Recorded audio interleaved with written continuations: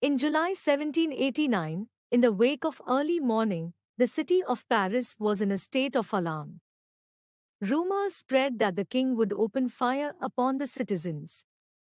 Panicked citizens started gathering and started breaking into several government buildings in search of arms, hence they raided the Bastille prison. The commander of the Bastille was killed in the armed fight and the prisoners were released. People hated the Bastille as it stood for the despotic power of the king, hence they destroyed it. People protested against the high price of bread.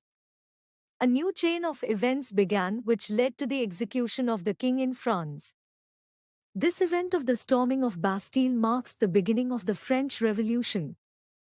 Now, to understand the reason behind the storming of Bastille, we should know the background of the people and the society to understand why this attack on the Bastille happened. For that we need to study French society during the late 18th century. Like the 20th century, which runs from 1900 to 2000, the 21st century, which we are currently living in, spans the years 2000 to 2100. The period from 1700 to 1800 is now evident to us as the 18th century that we will be studying. Your understanding of the century concept will no longer cause you any confusion in the future. Now the question comes, what is our late 18th century? A century is 100 years long and may be divided into 4 quarters of 25 years each. The first quarter of the 18th century is from 1700 to 1725, the middle quarter is from 1726 to 1750, and the last quarter is from 1776 to 1800, which is here called the late 18th century. The storming of Bastille happened in 1789, which is the late 18th century. So let's start understanding French society. In the late 18th century, there was monarchy in France, Europe, and most of the countries at that time were not countries, but empires. Like in the Bourbon dynasty, Louis XVI became the king at the age of 20 years and married the Austrian princess Antoinette. She is from the European country Austria, near France. Before moving forward, let's answer a very simple question, which was asked in past years in the 1 mark. Who was the king of France at the time of the French Revolution? So, we have just learned that it was Louis XVI of the Bourbon family. So, now you have just practiced a past year question. Similarly, you must practice many more past year questions related to this topic from EduRev app to make your learning strong. Now, the new king came into power and found an empty treasury. You must wonder, what were the reasons for the empty treasury? So, let's study. Long years of war had drained the financial resources of France. This war was between France and Britain, which are neighboring countries. They have been enemies of each other for a long time. Also, the cost of maintaining an extravagant court at the immense palace of Versailles. Another reason for the empty treasury was that France helped the 13 American colonies to gain their independence from the common enemy, Britain. Now, we know that France and Britain were already rivals and that Britain was a colonial power at the time. America, Africa, and India were under Britain's dominion. In essence, these nations were Britain's slaves, indicating that Britain has colonies in several locations. As one of Britain's colonies, America gained independence in 1776, much earlier than India did. But it doesn't occur without friction. Therefore, at the same time when America was at war with Britain for independence, France was an adversary of Britain. Since it is common knowledge that an enemy's enemy can also be a friend, France helped America by providing financial support for the war, which affected the French treasury. Also, a fun fact is that France gifted the Statue of Liberty to America after America got independence from Britain. Now, if we try to understand French society in the 18th century, and as it was a feudal society at that time, Feudal society refers to a situation where a king who controls an entire empire cannot manage it alone. As a result, he has some feudal lords who are relatives and who have been given some territories to own. These feudal lords employ peasants to work in their fields and collect taxes from them in exchange. So, this type of system is called the old regime, which was followed before 1789, that is, before the French Revolution.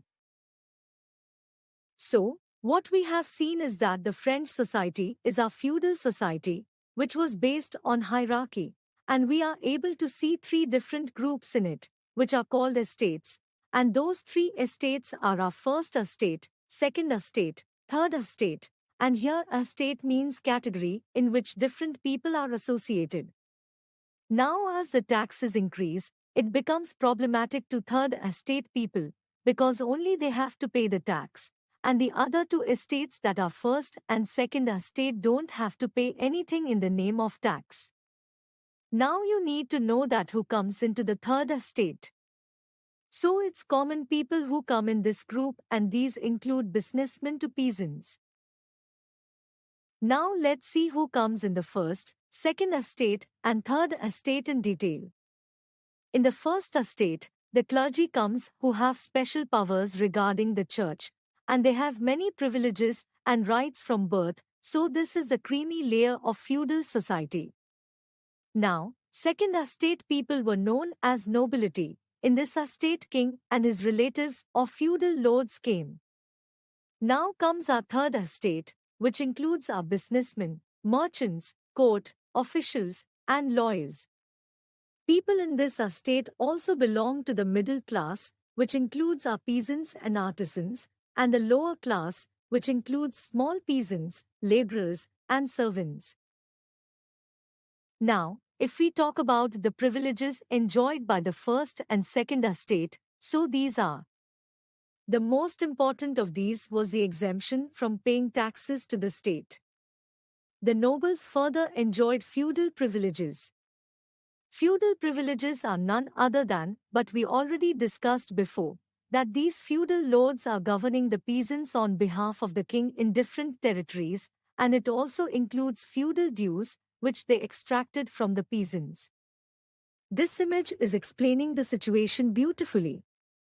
Similar to how the spider in the illustration with the web is trapping the flies, these feudal lords were entangling the peasants in their privileged web and taking everything from them. So, only third state people are paying taxes. Now, let's see the types of taxes levied on third estate people. Tithes are the taxes levied by the church, comprising 1/10 of the agricultural produce by any peasant. Tail is the tax paid directly to the state.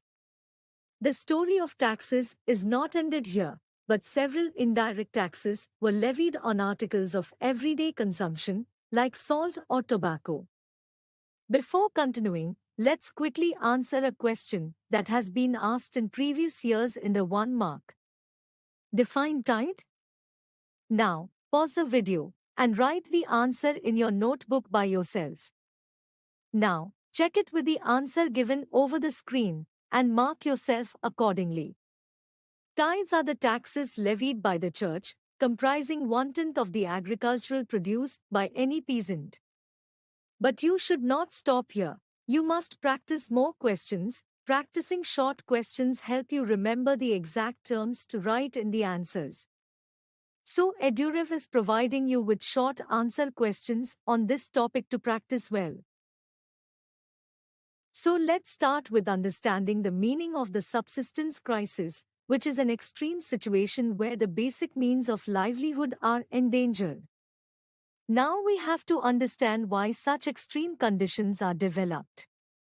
So let's understand its reasons. An increase in population was 23 million in 1715 to 28 million in 1789. Right now you might think that this increase of 3 million is not that much, but this increase of 3 million people was too much back then. Consequently, the demand for food grains also increased quickly as a result of the rapid population growth. But production of grains could not keep pace with the demand, due to which the price of bread rose rapidly. Also, due to the low wages paid to the laborers, the gap between the poor and the rich widened, and things became worse whenever drought or hail reduced the harvest. Now, let's understand subsistence crisis with the help of a flowchart diagram. Due to a poor harvest, there was a shortage of grains, which increased the price of food grains, making the poor people unable to afford it. This led to food wars. The deaths were solely attributable to food riots also, and because the poor had less food, their bodies began to deteriorate, which in turn brought on diseases that ultimately resulted in death. As the coronavirus epidemic, which we have all lately witnessed, left people with weaker bodies and resulted in a large number of deaths. Similarly, in those times, epidemics played a bigger role in weaker bodies and deaths. A growing middle class envisages an end to privileges.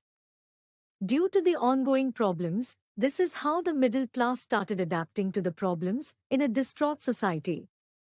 The lower strata were not raising their voices because, as you now know, privileges were only enjoyed by the first and second estates from birth.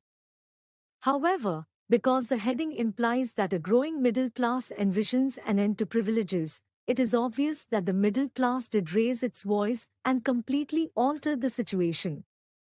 Let's now examine how this third estate's middle class developed and what philosophers had to say about it. So, in the third estate, peasants and workers participated in the revolt against increasing taxes and food scarcity. However, because they lacked the authority and position to instantly alter their situation, this participation didn't significantly alter their situation. But only a section within the third estate became prosperous and educated. These two terms, that are prosperous and educated, are important. Now you have to see who became prosperous and educated and how. Because they already had a good quantity of money, business owners like traders, lawyers, and manufacturers, among others, enjoyed prosperity. They earned wealth with overseas trade and from manufacturing also. Hence, they became prosperous. Hence, they were in the position to earn the education for the next generations. Now they were not the richest of all, nor did they come in the lowest strata. Hence, they became the middle class of the third estate. Now, as they started earning education, they became more and more aware. As the proverb said, that education is the milk of a tigress, whoever will drink it can't stay without roaring. Hence, the educated group believed that no group should be privileged by birth. According to them, a person's social position must depend on his merit. Also, society should be based on freedom, equal laws, and opportunity for all. But all these thoughts come directly to the educated people's minds, but they also get inspired by philosophers. The role of philosophers here was really important. Let's see how. So, philosophers are those who offer philosophy on any topic, notion, or circumstance. For instance, in the past, people believed that rulers were everything to them, were gods, and could do whatever they pleased. However, philosophers played a crucial part in educating the populace by pointing out that even rulers are just like us and engage in the same daily activities. Philosophers gave the idea which made the foundation for the revolution. Now, let's talk about some of those philosophers like John Locke, in his work of Two Treatises of Government, in which he sought to refute the doctrine of the divine and absolute right of the monarch. Now, another philosopher was Jean-Jacques Rousseau. He gave the idea of social contract, in which he said that a form of government should be based on a social contract between people and their representatives. Equal voting and democratic government should be formed. Now, if we talk about Montesquieu, he gave a very important idea, which was the spirit of laws, in which he gave the idea of the division of power within the government, between the legislative, the executive, and the judiciary. which we see in today's world. From this idea, only America adopted this form of government after its independence. Now, we have discussed all the ideas of philosophers, but now you need to know what were the impacts of these enlightened ideas. The ideas of these philosophers were discussed intensively in salons and coffee houses and spread among people through books and newspapers. These were frequently read aloud in groups for the benefit of those who could not read and write. In response to its demands for the abolition of privileges, a middle class developed in this way.